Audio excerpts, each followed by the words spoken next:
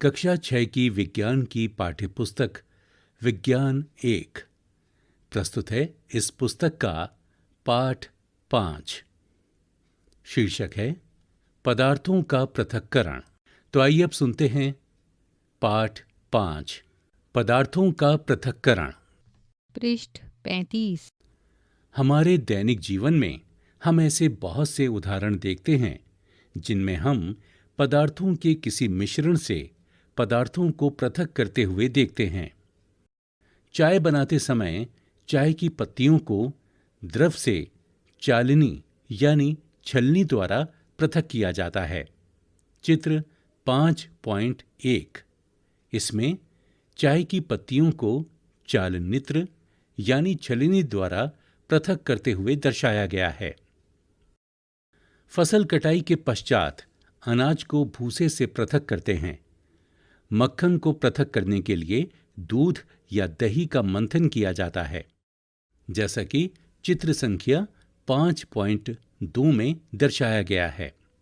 जैसा कि हमने अध्याय 3 में सीखा है कि रेशों से बीजों को पृथक करने के लिए हम कपास को ओटते हैं। कदाचित आपने नमकीन दलिया अथवा पोहा खाया होगा। यदि आपने यह पाया होगा कि इसमें मिर्च है तो खाने से पहले उन्हें सावधानी पूर्वक बाहर निकाल दिया होगा।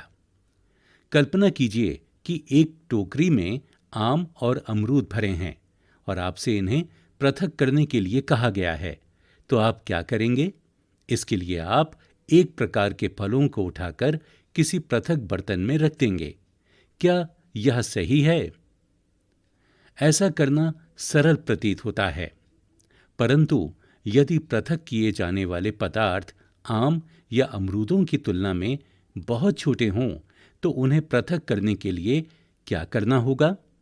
कल्पना कीजिए, यदि आपको रेत और नमक के मिश्रण से भरा कोई गिलास दिया जाता है तो मिश्रण से रेत के कणों को हाथ से बीनकर पृथक करने की सोचना भी असंभव है।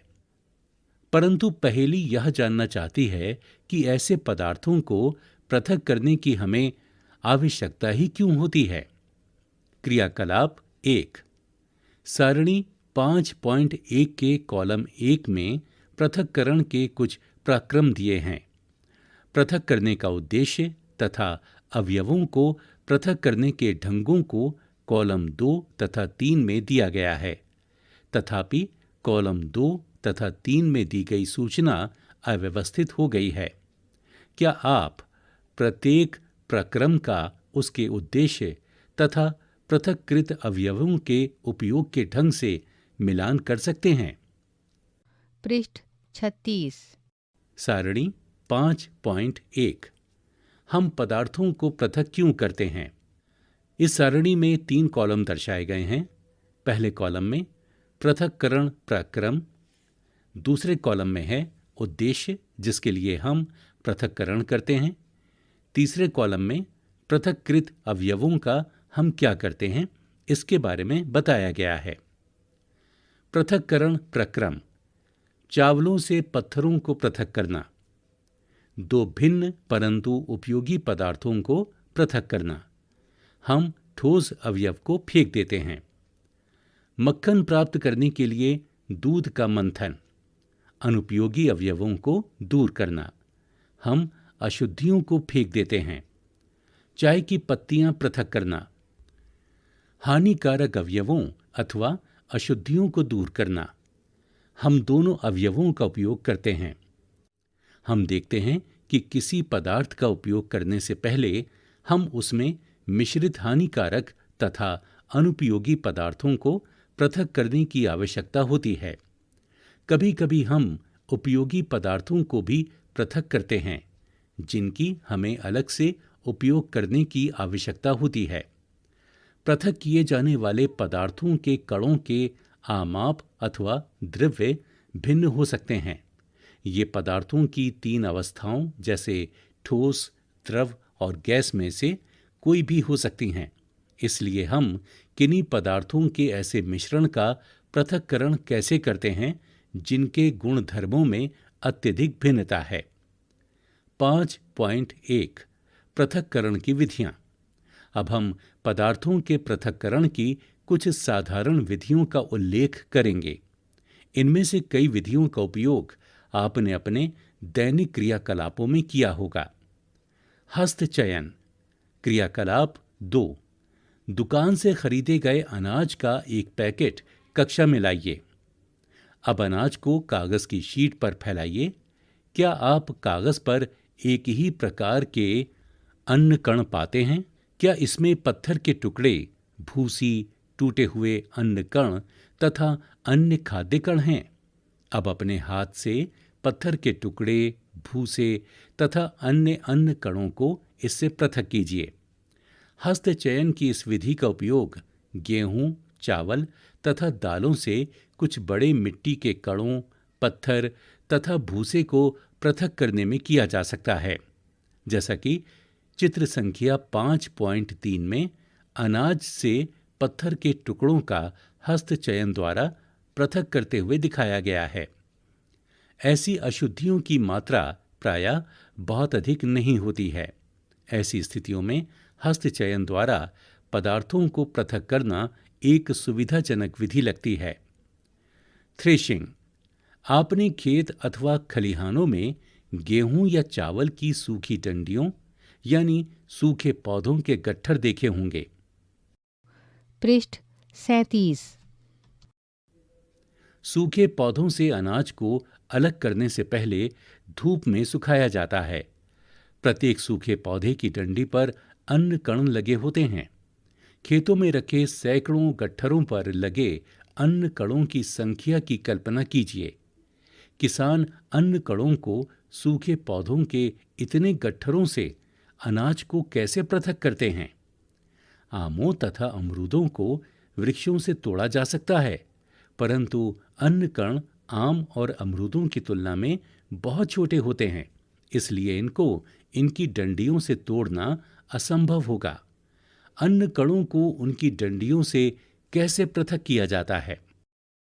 सूखे पौधों की डंडियों से अन्न कणों अथवा अनाज को पृथक करने के प्रक्रम को थ्रेशिंग कहते हैं।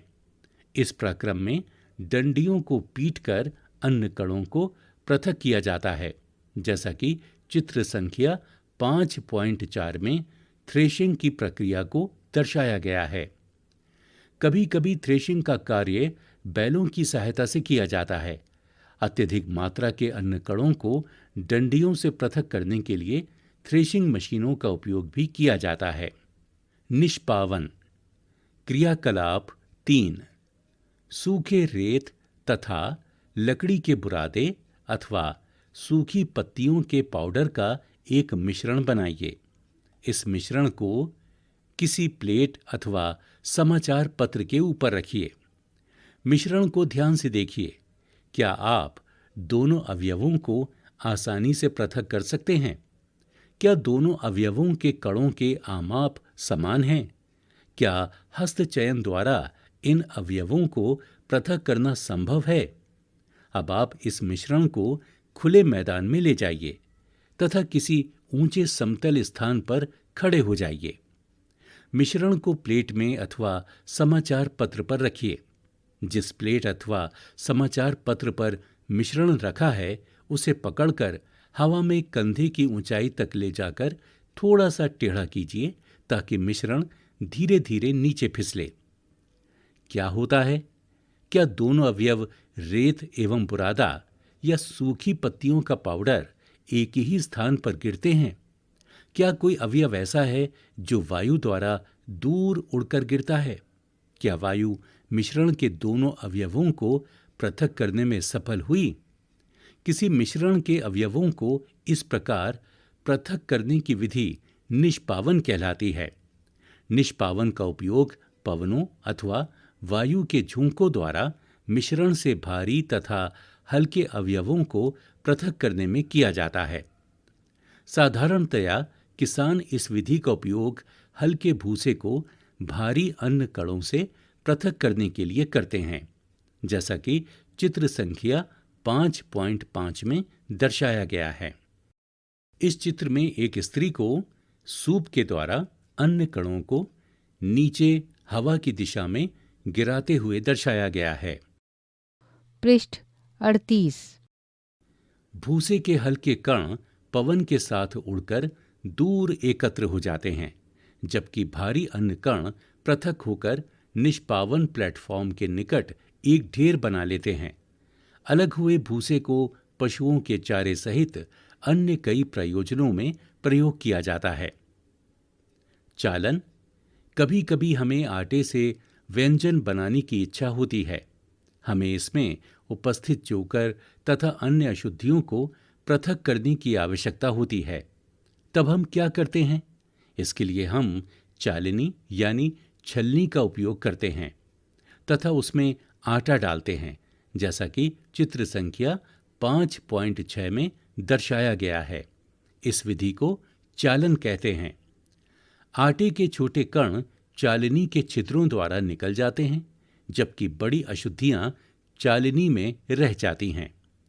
प्रायः आटे की मिल में गेहूं को पीसने से पहले पत्थरों तथा भूसे जैसी अशुद्धियों को हटाया जाता है। साधारणतया गेहूं की बोरी को एक तिरछी चालनी पर डाला जाता है। चालन द्वारा पत्थर, डंडियां तथा भूसा जो निष्पावन तथा थ्रेशिंग के बाद गेहूं में रह जाते हैं, उनको दूर किया जाता है।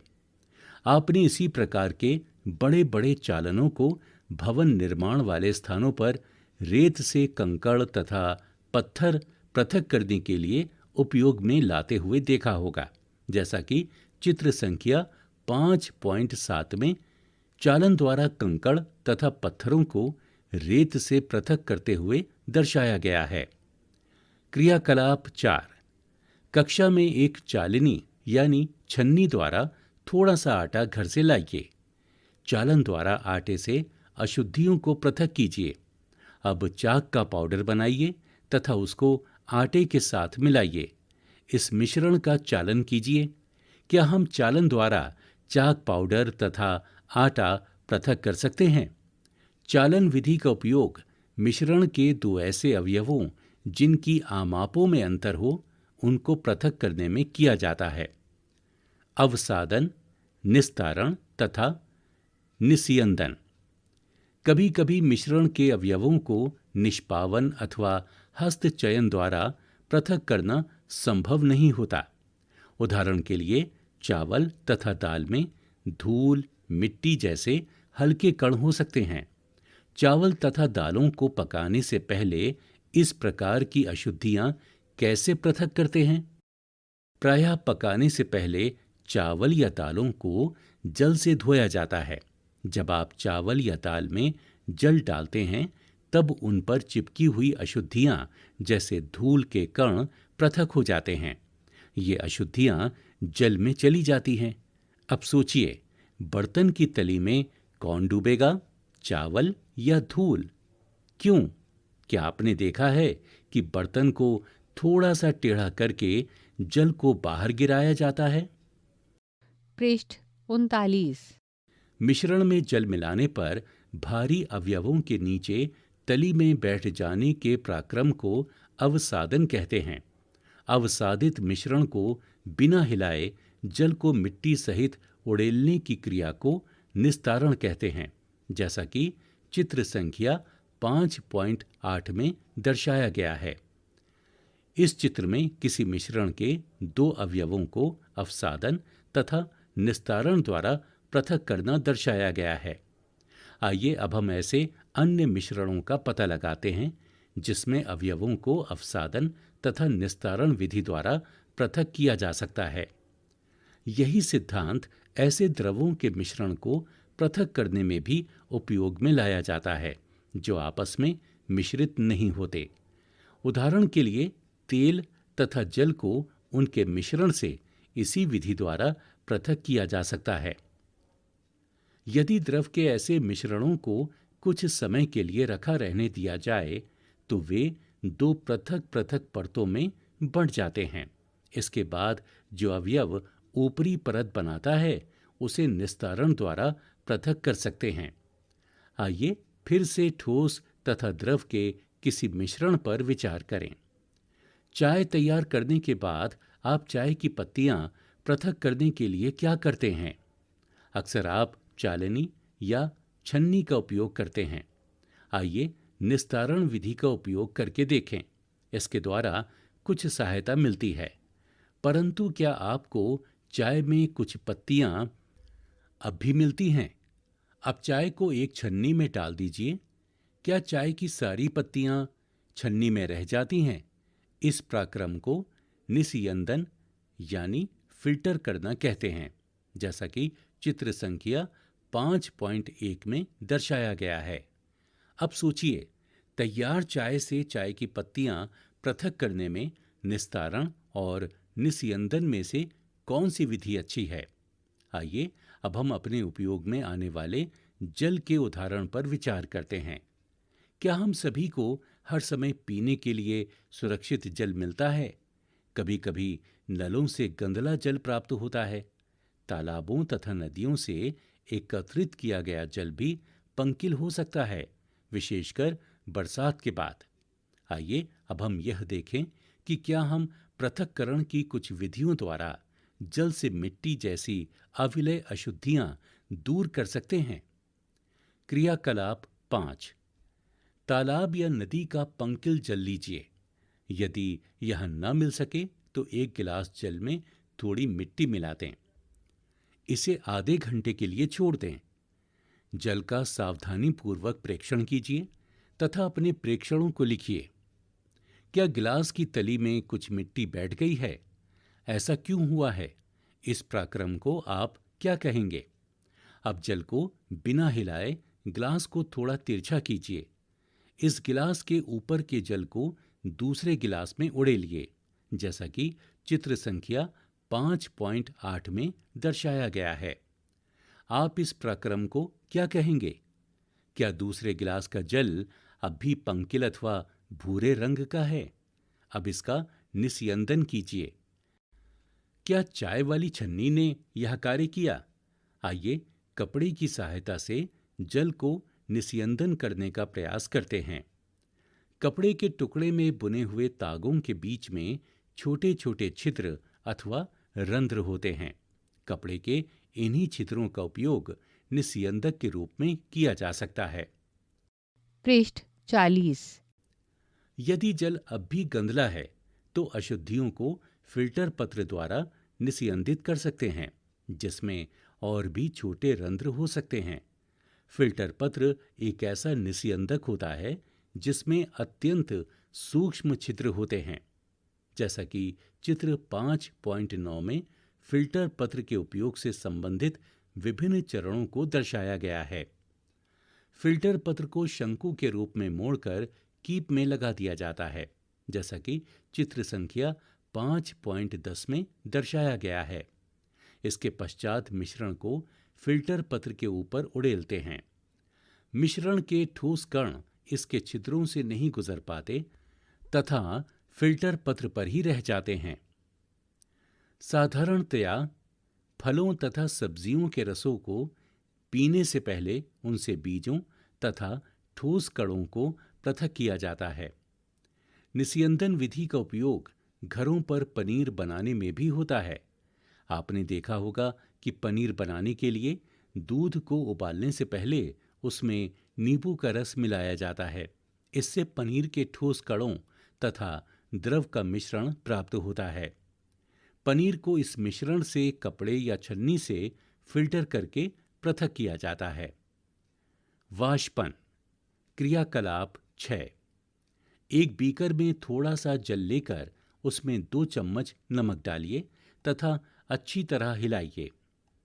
क्या आप जल के रंग में कोई परिवर्तन देखते हैं? हिलाने के बाद क्या आप बीकर में कोई नमक देखते हैं? नमक के जल से भरे बीकर को गर्म कीजिए, जैसा कि चित्र संख्या 5.11 में दर्शाया गया है। जल को उबलकर उड़ने दीजिए। बीकर में क्या बचता है? चित्र संख्या 5.11 में नमक युक्त जल से भरे बीकर को गर्म करते हुए दर्शाया गया है। इस क्रियाकलाप में हमने मिश्रण से जल तथा नमक को पृथक करने के लिए वाष्पन की प्रक्रिया का प्रयोग किया है। जल को उसके वाष्प में परिवर्तन करने की प्रक्रिया को वाष्पन कहते हैं, जहां पर जल होता है, वाष्पन की प्रक्रिया निरंतर होती रहती है। आपके विचार से नमक कहाँ से आता है? समुद्र के जल में अत्यधिक मात्रा में लवण मिश्रित होते हैं। इन्हीं लवणों में से एक लवण साधारण नमक है। जब समुद्र के जल को बड़े बड़े उथले गड्ढों में भरकर छोड़ दिया जाता है, तो सूर्य के प्रकाश से जल गर्म होकर वाष्पन द्वारा धीरे धीरे वाष्प में बदलने लगता है। कुछ समय के बाद सारा जल वाष्पित हो जाता है तथा ठोस लवण नीचे बच जाते हैं, जैसा कि चित्र संख्या 5.12 में दर्शाया गया है। इस चित्र में समुद्र जल से नमक को प्राप्त करने की प्रक्रिया दर्शाई गई है। तत्पश्चात इन लवणों के मिश्रण का शोधन करके साधारण नमक प्राप्त किया जाता है। पृष्ठ 41। पृथक्करण की एक से अधिक विधियों का उपयोग। हमने पदार्थों को पृथक करने की कुछ विधियों के बारे में अध्ययन किया है। प्रायः किसी मिश्रण में उपस्थित विभिन्न अवयवों को पृथक करने में केवल एक विधि का उपयोग पर्याप्त नहीं होता। ऐसी स्थिति में हमें एक से अधिक विधियों का उपयोग करने की आवश्यकता होती है। क्रियाकलाप 7। रेत और नमक का मिश्रण लीजिए। इसे आप कैसे पृथक करेंगे? हमने पहले भी देखा है कि हस्तचयन विधि इसके पृथक्करण के लिए व्यवहारिक नहीं होगी।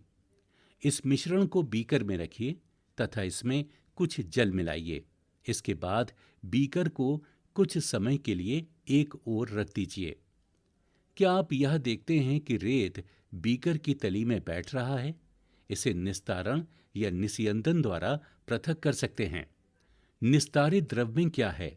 क्या आप सोचते हैं कि इस जल में वही नमक है जो कि आरंभ में मिश्रण में था? अब इस निस्तारित द्रव से नमक व जल को पृथक करना है। इस द्रव को किसी केतली में भरकर इसका ढक्कन बंद करिए। अब कुछ समय तक केतली को गर्म कीजिए। क्या आप केतली की टोंटी से भाप निकलती देखते हैं? एक धातु की प्लेट लीजिए जिस पर कुछ बर्फ रखी हो।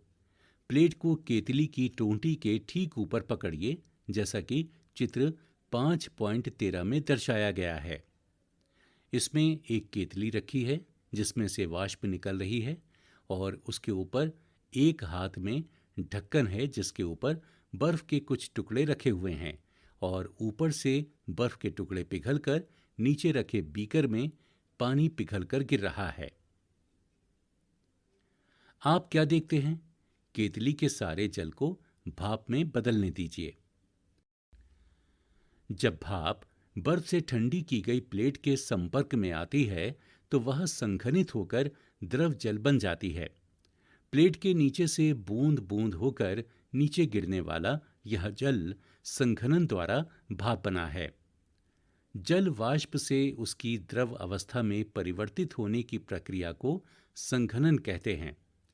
क्या आपने कभी जिस पात्र में दूध को थोड़ी देर पहले उबाला गया था उस पर ढकी प्लेट पर संघनित जल की बूंदों को देखा है?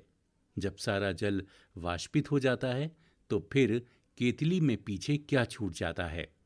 इस प्रकार हमने मिश्रण से नमक, रेत तथा जल को निस्तारण, निस्यंदन, वाष्पन तथा संघनन विधियों का प्रयोग कर सफलतापूर्वक पृथक किया है। पहली को रेत से नमक की पुनः प्राप्ति की समस्या है। उसने नमक के संपूर्ण पैकेट को रेत की थोड़ी मात्रा में मिलाया था। फिर उसने क्रियाकलाप 7 में सुझाई गई विधि द्वारा नमक को पुनः प्राप्त करने का प्रयास किया, परंतु उसने यह पाया कि वह तो लिए गए नमक के केवल थोड़े भाग की ही पुनः प्राप्ति कर पाई है। उससे कहाँ त्रुटि हुई होगी? पृष्ठ 42। क्या जल किसी पदार्थ की कितनी भी मात्रा को घोल सकता है? अध्याय 4 में हमने पाया कि कई पदार्थ जल में घुलकर विलयन बनाते हैं। तब हम उन पदार्थों को जल में विलेयी कहते हैं। यदि हम जल की मात्रा निश्चित रखकर उस पदार्थ की मात्रा निरंतर बढ़ाते जाएं तो क्या होगा? क्रियाकलाप 8। इस कार्य के लिए आपको एक बीकर अथवा गिलास, एक चम्मच नमक तथा जल की आवश्यकता होगी। आधा कप जल बीकर में उड़ेलिए, एक चम्मच नमक इसमें डालकर तब तक विलोड़ित कीजिए जब तक कि यह पूरी तरह से न घुल जाए, जैसा कि चित्र संख्या 5.14 में दर्शाया गया है। अब फिर एक चम्मच नमक डालिए और भली भांति विलोड़ित कीजिए। इसी प्रकार एक एक चम्मच करके नमक मिलाते तथा विलोड़ित करते जाइए। कुछ चम्मच भर नमक मिलाने के बाद क्या आप यह पाते हैं कि कुछ अविलयी नमक बच जाता है और बीकर की तली में बैठ जाता है? यदि हाँ, तो इसका अर्थ यह हुआ कि अब इस जल में अधिक नमक नहीं घुल सकता। अब यह विलयन संतृप्त विलयन कहलाता है। यहाँ एक संकेत है जो यह बताता है कि उस समय संभवतः क्या गलत हुआ जब पहेली ने रेत में अधिक मात्रा में मिले नमक की पुनः प्राप्ति का प्रयास किया था। कदाचित नमक की मात्रा संतृप्त विलयन बनाने के लिए आवश्यक मात्रा से बहुत अधिक थी। अविलय नमक रेत के साथ मिला रह गया है, जिसे पुनः प्राप्त नहीं किया जा सका। वह अधिक मात्रा में जल का उपयोग करके अपनी समस्या हल कर सकती थी। कल्पना कीजिए कि उसके पास मिश्रण में सारे नमक को घोलने के लिए पर्याप्त मात्रा में जल नहीं है। क्या किसी अन्य उपाय द्वारा जल की उसी मात्रा में संतृप्त विलयन बनने से पूर्व पहले से अधिक नमक घोला जा सकता है? आइए हम पहेली की सहायता करने का प्रयास करें। क्रियाकलाप 9। बीकर में कुछ जल लीजिए तथा उसमें तब तक नमक मिलाइए जब तक कि इसमें और नमक न घुल सके। इस प्रकार हमें नमक का जल में संतृप्त विलयन प्राप्त होता है। अब इस संतृप्त विलयन में कम मात्रा में नमक मिलाइए और इसे गर्म कीजिए। आप क्या पाते हैं? बीकर की तली वाले नमक का क्या हुआ? क्या अब यह घुल गया है? यदि हाँ, तो क्या इस विलयन को गर्म करने पर इसमें और अधिक नमक घोला जा सकता है? इस गर्म विलयन को ठंडा होने दीजिए। क्या बीकर की तली में नमक पुनः बैठता दिखाई देता है? यह क्रियाकलाप सुझाता है कि गर्म करने पर नमक की अधिक मात्रा घोली जा सकती है। क्या जल में विभिन्न विलय पदार्थों की समान मात्रा घुलती है? आइए पता लगाते हैं। पृष्ठ 43। क्रियाकलाप 10। 2 गिलास लीजिए और प्रत्येक में आधा कप पानी भरिए। एक गिलास में 1 चम्मच नमक मिलाइए और तब तक विलोड़ित कीजिए जब तक कि वह घुल ना जाए। एक एक चम्मच नमक की मात्रा विलयन संतृप्त होने तक डालते जाइए। नमक के चम्मचों की संख्या जो कि घोली गई है उसको सारणी 5.2 में लिखिए। सारणी 5.2, इसमें 2 कॉलम दिखाए गए हैं। एक तरफ है पदार्थ जिनमें नमक है और चीनी है। दूसरे कॉलम में जल में घुलने वाले पदार्थों की मात्रा यानी चम्मचों की संख्या बताई गई है। अब इस क्रियाकलाप को चीनी से दोहराइए। आप इसको जल में विलय अन्य पदार्थों से भी दोहरा सकते हैं। सारणी 5.2 से आप क्या जानकारी प्राप्त करते हैं? क्या आपने पाया कि जल विभिन्न पदार्थों की भिन्न भिन्न मात्रा को घोलता है? हमने पदार्थों के पृथक्करण की कुछ विधियों के विषय में चर्चा की है। इस अध्याय में प्रस्तुत पृथक्करण की विधियों का उपयोग विज्ञान प्रयोगशालाओं में भी किया जाता है। हमने यह भी सीखा कि पदार्थ को द्रव में घोलने से विलयन बनता है। यदि विलयन में और पदार्थ न घुल सकें तो यह संतृप्त विलयन कहलाता है। प्रमुख शब्द: मंथन, संघनन, निस्तारण, वाष्पन, निस्यंदन, हस्तचयन, संतृप्त विलयन, अवसादन, चालन, विलयन, थ्रेशिंग, निष्पावन। सारांश: हस्तचयन निष्पावन, चालन, अवसादन, निस्तारण तथा निस्यंदन मिश्रणों से उसके अवयवों के पृथक्करण की कुछ विधियां हैं। अनाज से भूसा और पत्थरों को हस्तचयन द्वारा पृथक किया जा सकता है। भूसा अनाज के भारी बीजों से निष्पावन विधि द्वारा पृथक किया जाता है। किसी मिश्रण के कणों की आमाप में अंतर का उपयोग चालन तथा निस्यंदन प्रक्रियाओं द्वारा पृथक्करण में किया जाता है। रेत और जल के मिश्रण में रेत के भारी कण तली में बैठ जाते हैं और निस्तारण की विधि द्वारा जल को पृथक किया जा सकता है। पृष्ठ 44। द्रव तथा उसमें अविलय पदार्थ के अवयवों को निस्यंदन के उपयोग से पृथक किया जा सकता है। किसी द्रव को उसी वाष्प में परिवर्तित करने की प्रक्रिया को वाष्पन कहते हैं। वाष्पन की विधि का उपयोग द्रव में घुले ठोस को पृथक करने में किया जा सकता है। जिस विलयन में कोई पदार्थ और अधिक न घुल सके वह उस पदार्थ का संतृप्त विलयन होता है। किसी पदार्थ के विलयन को गर्म करने पर उसमें और अधिक पदार्थ घोला जा सकता है। जल विलय पदार्थों की विभिन्न मात्राएं घोलता है। अभ्यास 1। हमें किसी मिश्रण के विभिन्न अवयवों को पृथक करने की आवश्यकता क्यों होती है? 2 उदाहरण लिखिए। 2. निष्पावन से क्या अभिप्राय है? यह कहाँ उपयोग किया जाता है? 3. पकाने से पहले दालों के किसी नमूने से आप भूसे एवं धूल के कण कैसे पृथक करेंगे? 4. छालन से क्या अभिप्राय है? यह कहाँ उपयोग होता है? 5. रेत और जल के मिश्रण से आप रेत तथा जल को कैसे पृथक करेंगे? 6. आटे और चीनी के मिश्रण से क्या चीनी को पृथक करना संभव है? अगर हाँ, तो आप इसे कैसे करेंगे? 7. पंकिल जल के किसी नमूने से आप स्वच्छ जल कैसे प्राप्त करेंगे? 8. यहाँ कुछ वाक्य दिए गए हैं जिनमें रिक्त स्थान दिए गए हैं। आपको उन्हें सही शब्दों से पूरा करना है। क. धान के दानों को डंडियों से पृथक करने की विधि को रिक्त स्थान कहते हैं। ख. किसी एक कपड़े पर दूध को उड़ेलते हैं तो मलाई उस पर रह जाती है। पृथक्करण की यह प्रक्रिया रिक्त स्थान कहलाती है। ग. समुद्र के जल से नमक रिक्त स्थान प्रक्रिया द्वारा प्राप्त किया जाता है। घ. जब पंकिल जल को पूरी रात एक बाल्टी में रखा जाता है तो अशुद्धियां तली में बैठ जाती हैं। इसके पश्चात स्वच्छ जल को ऊपर से पृथक कर लेते हैं। इसमें उपयोग होने वाली पृथक्करण की प्रक्रिया को रिक्त स्थान कहते हैं।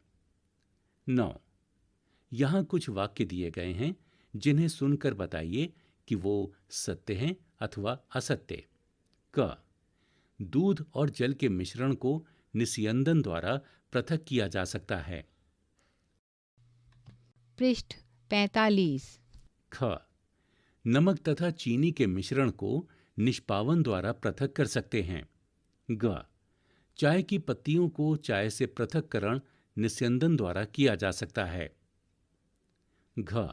अनाज और भूसे का पृथक्करण निस्तारण प्रक्रम द्वारा किया जा सकता है। 10. जल में चीनी तथा नींबू का रस मिलाकर शिकंजी बनाई जाती है। आप बर्फ डालकर इसे ठंडा करना चाहते हैं। इसके लिए शिकंजी में बर्फ चीनी घोलने से पहले डालेंगे या बाद में? किस प्रकरण में अधिक चीनी घोलना संभव होगा? प्रस्तावित परियोजनाएं एवं क्रियाकलाप। 1. किसी निकटवर्ती डेयरी में जाइए तथा दूध से क्रीम को पृथक करने के प्रक्रमों का आख्या तैयार कीजिए। 2. आपने कई विधियों द्वारा जल से पंक जैसी अशुद्धियों को पृथक करने का प्रयास किया। कभी कभी सभी विधियों का उपयोग करने पर भी जल थोड़ा पंकिल रह जाता है। आइए देखें कि क्या हम इन अशुद्धियों को पूरी तरह से हटा सकते हैं। इस निस्यंदित जल को एक गिलास में लीजिए। फिटकरी के एक टुकड़े को धागे से बांधकर इस जल में निलंबित करके घुमाइए। क्या जल स्वच्छ हो गया? पंख का क्या हुआ? इस प्रक्रिया को भारण कहते हैं। अपने घरों में बड़ों से इस विधि के बारे में बातचीत कीजिए और पता लगाइए कि क्या कभी उन्होंने इस प्रक्रिया का उपयोग किया है। अंत में एक चित्र दिया गया है जिसमें निष्पावन करने वाले गुस्ताव कोरबेट की एक पेंटिंग, जो कि 1853 की है, दर्शाई गई है। मुसी बीएस आर्ट्स, नान्ते, फ्रांस के सौजन्य से। इसी के साथ 16 पाठों की इस पुस्तक का 5वां पाठ यहां समाप्त हुआ।